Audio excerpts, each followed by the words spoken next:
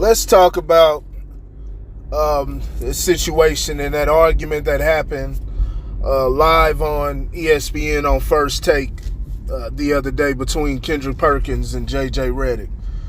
Now, it's always something going on there. You had the argument between Stephen A. and Jason Williams, and you've had other stuff. But I want to talk about this because this was regarding Nikola Jokic of the Denver Nuggets, who's I personally like. I've done a lot of defense for him because I believe he's one of the he is the most he's the most disrespected superstar there is today. I see him as far as promos and stuff like that. He gets left out of it.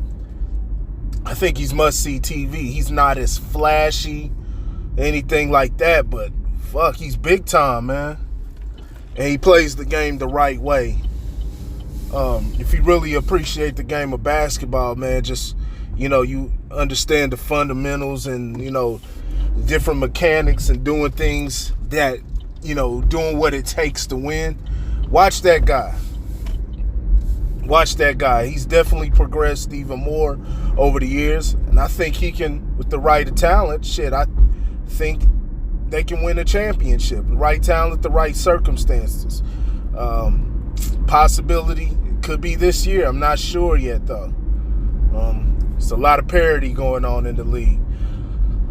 But Kendrick Perkins had made a comment before basically he's saying that there's a possibility that it could be racism involved regarding Nikola Jokic and him getting the MVP within the past 2 years. And JJ Redick didn't take kind to that. Didn't take kind to that at all. He called out Kendrick Perkins and called out ESPN, saying that's the problem with their show is they engage in that type of conversation periodically. I mean, regularly, bringing up race and stuff.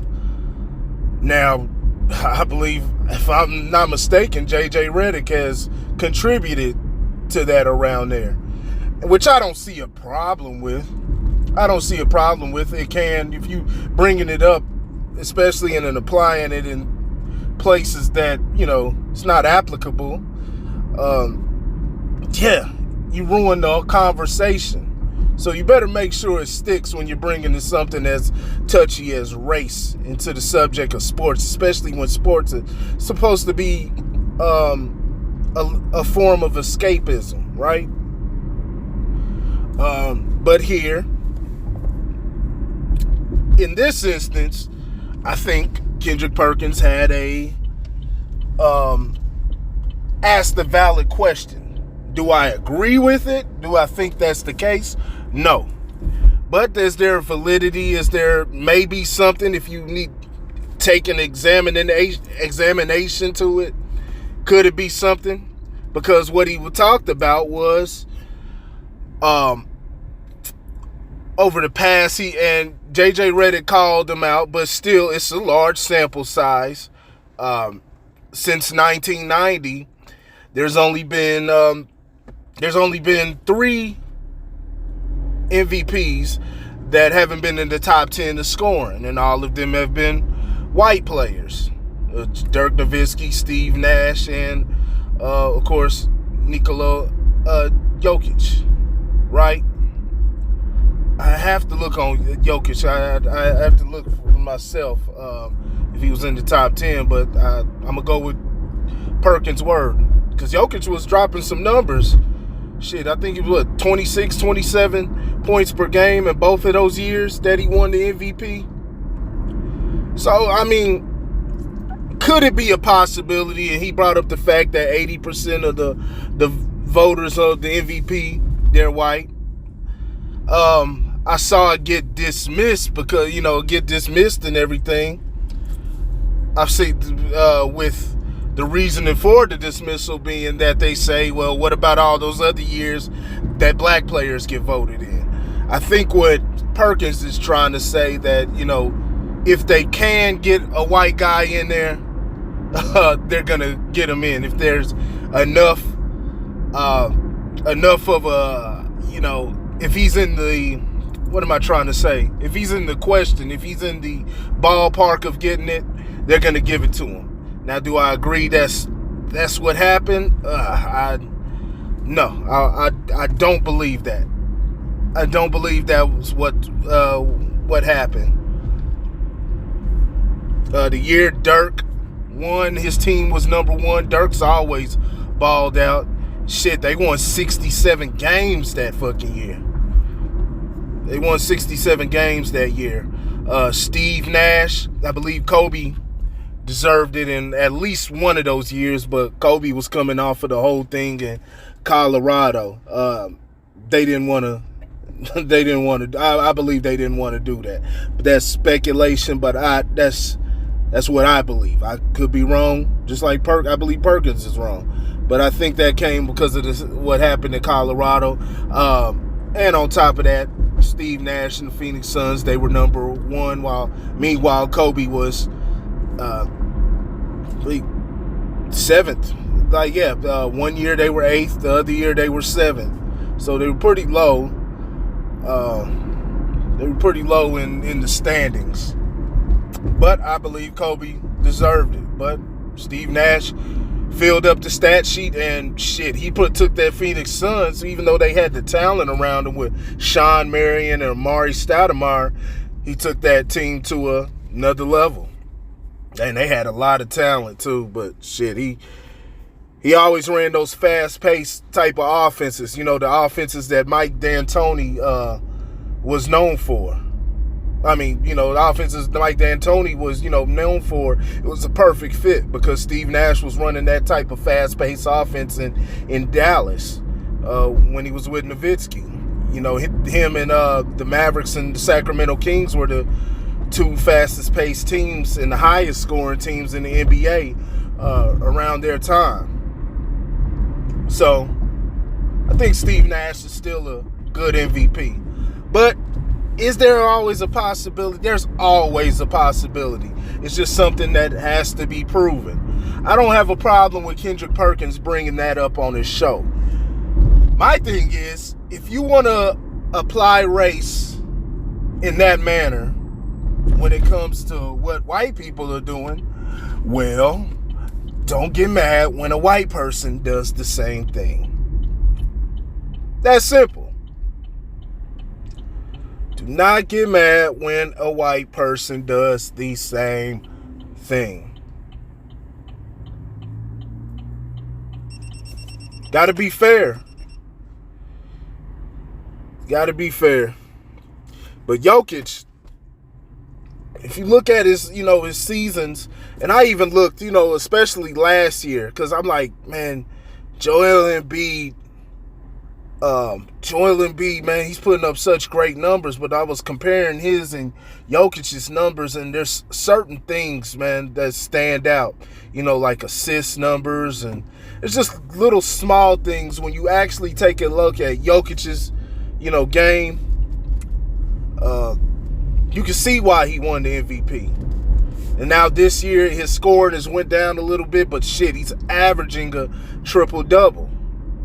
I'm not sure if I'll give him the MVP, but I wouldn't be mad if they did give him the MVP this year. He's averaging a triple-double.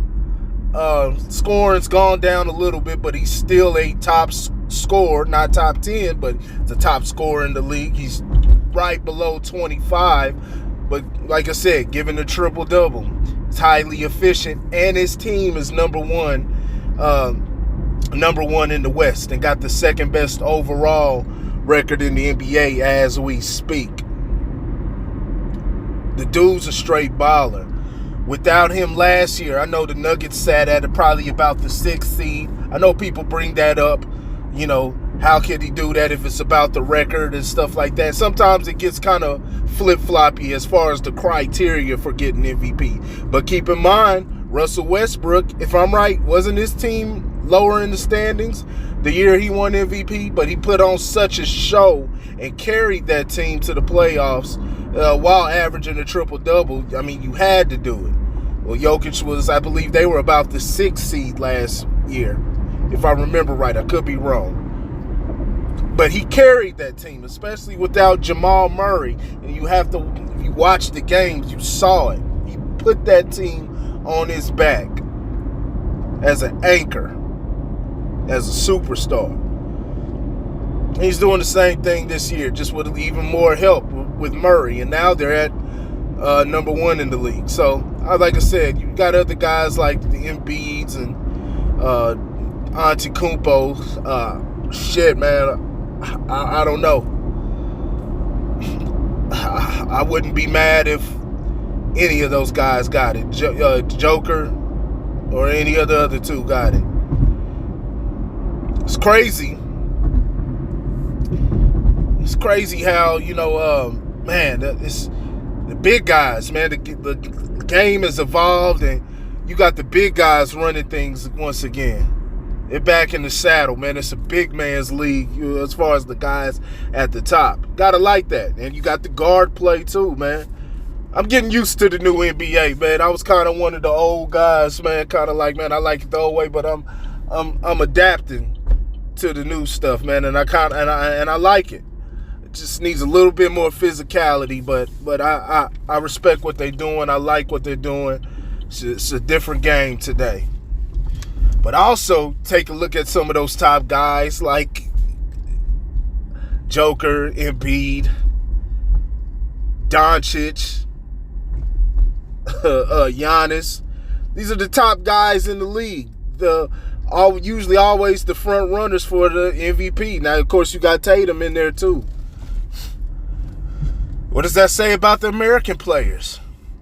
They're talented, but maybe they need to embrace more of the fundamental stuff. Maybe there's something at the lower levels, at the formative levels like AAU, high school, child, something's missing as far as the fundamentals that, they're getting something different overseas. And I hate when they talk about, well, they've made the game easier so the overseas guys can do it. If that's the case, and so the overseas guys can adapt to the tough NBA, so then why aren't the NBA players?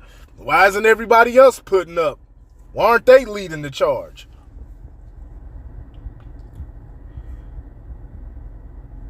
So we may have to get better here as Americans. Shit, if you look like, man, you remember back in the day, it was more the black players. Black players were the more athletic dunkers and stuff like that, and slashers, and, they do all that athletic shit, while the white boys, they could hit the threes. They were more fundamental and stuff like that, and they passed the ball around. Black players, they were more, playing ISO ball and stuff like that. Well, look at how it's adapted today. Now, black players are the three-point shooters, and they're playing team ball and spreading the ball around, rotating the ball, because that's what plays winning basketball on top of the athleticism that, like I said, let's keep it real, that black players possess over the white players, right? So maybe there's something that still needs to be acquired that they can take from these European players. Just like, guys took the Euro step and stuff like that. Maybe there's certain aspects of the game that can be adapted. I don't know. But if you ask me, man, Joker's worth it, man. So, like I said, I didn't have a problem with what Kendrick Perkins asked. Like I said, they verse take in a lot of these places, the ESPN and stuff, they apply racism in places at times that it's just like, come on, dude, you're reaching. And they really do it when it comes to women issues. I think they've reached every single time on those. But we're not even going to get into that right now. I've done past videos on it. But I think he has to question whether he's wrong or right. I think it's a valuable question. Just don't get mad when when white people do the same thing and they want to make an implication about black people, if it's in baseball or somewhere that's not populated by majority black people, something like hockey or something. Don't get mad when they do it, because this is the conversation that you want to have. So let's be fair. But y'all let me know what y'all think in the comment section. It's the Grit Culture. I'll holler at y'all later.